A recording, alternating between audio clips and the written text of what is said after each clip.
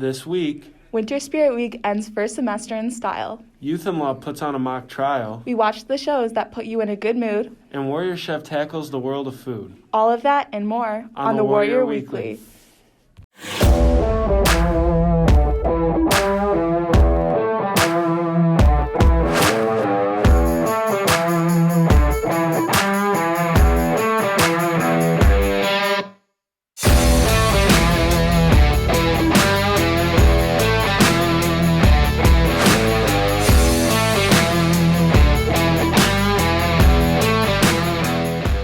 Good morning, Warriors, and welcome to this week's edition of the Warrior Weekly presented by Warrior Student Media. I'm Dylan McHenry. And I'm Charlotte Alexander. Today on our final Warrior Weekly of the semester, we begin with Winter Spirit Week, highlighted by anything but a backpack and ugly sweater day. Spirit Week, the week where students and teachers come together to dress up as goofy as possible, all for the prime reason to make school a little bit more fun than the day before. This week, students participated in what is known as Winter Spirit Week. I just watched it, but it's so slow. Warriors kicked off their Winter Spirit Week by participating in Pajama Day on Monday. Students wore their jammies and got comfy in the classrooms. Tuesday was Will Ferrell Day, in which gave students the opportunity to dress up as the movie star. Senior Grace Wisniewski speaks on her favorite part of Spirit Week. Dressing up, I hate dressing boring. I prefer to, I think it's just fun. Why dress boring when you can dress up as Santa Claus or wear a fun sweater? On Wednesday, Warriors dressed up in attire from the 70s, 80s, 90s, and 2000s, while the teachers tried their best to imitate the way we dress today. Thursday, the most successful day of Winter Spirit Week, was anything but a backpack day. Warriors brought anything they can think of except for a backpack. Some of the craziest ideas were a canoe, a locker, a shopping cart, and a wheelbarrow. Keegan Botcher, also known as the kid with the kayak, speaks on why he brought such an absurd item for Spirit Week.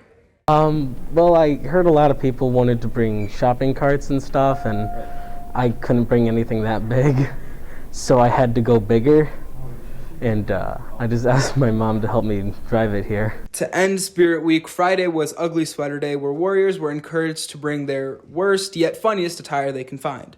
Winter Spirit Week was a fun and awesome experience that brought good vibes to the student body. It not only showed school spirit, but also brought some positive memories before winter break came. Have a great winter break, Warriors. Reporting for the Warrior Weekly, we're Rayan Ahmed, Gabe Cruz, and Colin Chajnowski.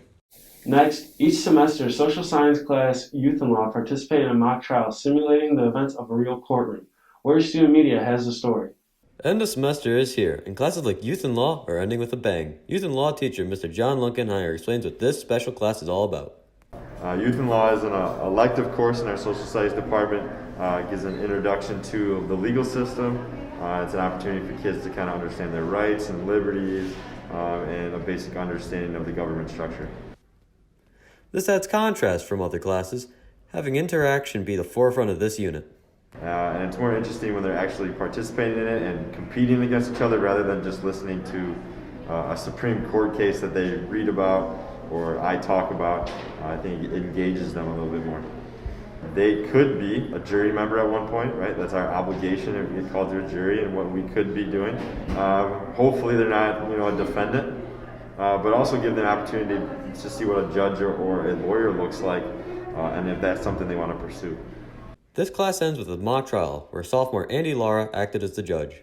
I had to read some of the instructions that gave us, if someone objected, I had to, certain words I had to use, certain rules, if they say misleading questions, I got to overrule or subdue. I was like, okay.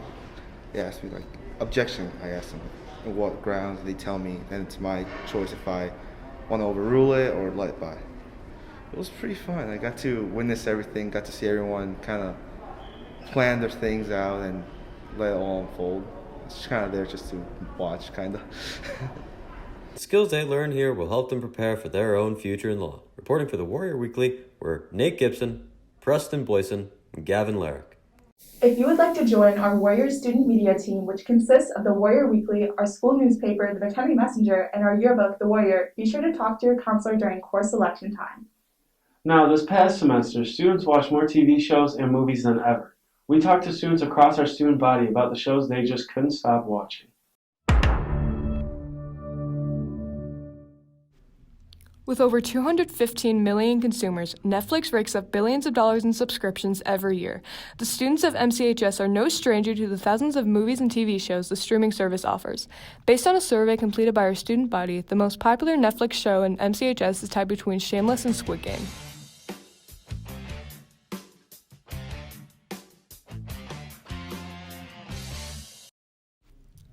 Shameless tells the story of a dysfunctional family living in poverty on the south side of Chicago. The final season of the show was published to Netflix in October of this year, which enabled the series to rise to the top 10 trending on Netflix in the US. I think it's really popular because it's like a depiction of like the real world, what really goes on in like places like the hood or like the south side, and it's something like you don't really see.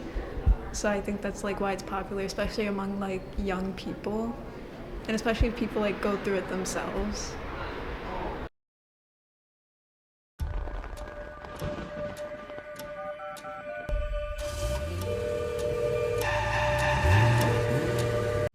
Since the Korean drama premiered back in September, Squid Game has been enjoyed by over 142 million households. The sudden popularity of the show took the media world by storm. Well, I think because of social media, like one person watches it and then a bunch of other people start watching it. I think it's popular mostly from the platform of TikTok, like with how big it is. Different because its original origin is from Korea. The next time you find yourself endlessly scrolling through Netflix with nothing to watch, consider these MCHS-approved shows. We're going to enjoy every minute of it. Reporting for the Warrior Weekly, we're Kira Kearns, Layla Moreno, and Hannah Koval. Finally, Warrior Chef is a class in which the top bakers and chefs within MCHS gather to learn, cook, and most importantly, share their food with the community. We step into the kitchen to see what this class is really like. From Gordon Ramsay to Bobby Flay, chefs have to get their start somewhere. Here at MCHS, Warrior Chef is a great opportunity for students to get their start. So Warrior Chef's a year long, so we do a lot of practice. We do a lot of competitions. We also do a lot of food sales. They also sold Thanksgiving breads to staff members, so we just got done making 85 loaves of Thanksgiving breads. Students in Warrior Chef are in the most competitive culinary class at McHenry High School. And we have a lot of freedom in what we cook because we are the highest level course, and Miss Catholic is able to offer us that freedom. Warrior Chef prepares students for cooking in the real world. Oh, absolutely. We get to do a lot of fun things. We have a lot of fun challenges. We actually got our food handler certification through the school, which is super awesome. Students apply what they've learned in the first 3 culinary classes to Warrior Chef.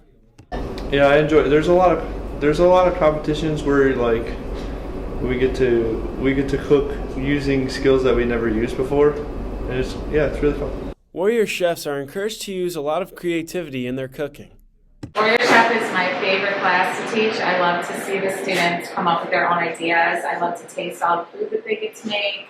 And I love seeing some of my students actually graduate and go on into the culinary field. Warrior Chef requires a lot of experience and past knowledge in the kitchen. You do have to have some background knowledge, and that's why you have to have taken all 3 levels of the culinary courses, because there's some things that you need to know from baking and pastry, because we do some desserts and stuff like that, and then there's also a lot of like gourmet cooking, so you have to have a knowledge of what seasonings go together and different cooking types. Warrior Chef entails hard work and creativity that is baked into the food that they make. Who knows, maybe one of these students is the next Gordon Ramsay. Reporting for the Warrior Weekly, we're Dylan Machashik, Cooper Ten Bruin, and Gina Greenwald. This is the final show of the semester, and from all of Warrior Student Media, we thank you for tuning in each and every week to spread positivity throughout our campus. The Warrior Weekly will return in a few weeks, but in the meantime, check out our newly released episodes of Sour, Pressing Questions, and the Play Action Pod. While you're at it, be sure to follow the Warrior Weekly on all social media platforms, including Twitter, Insta, and TikTok. For Dylan Machashik and all of Warrior Student Media, I'm Charlotte Alexander. Have a great finals week, Warriors, and we'll see you next semester.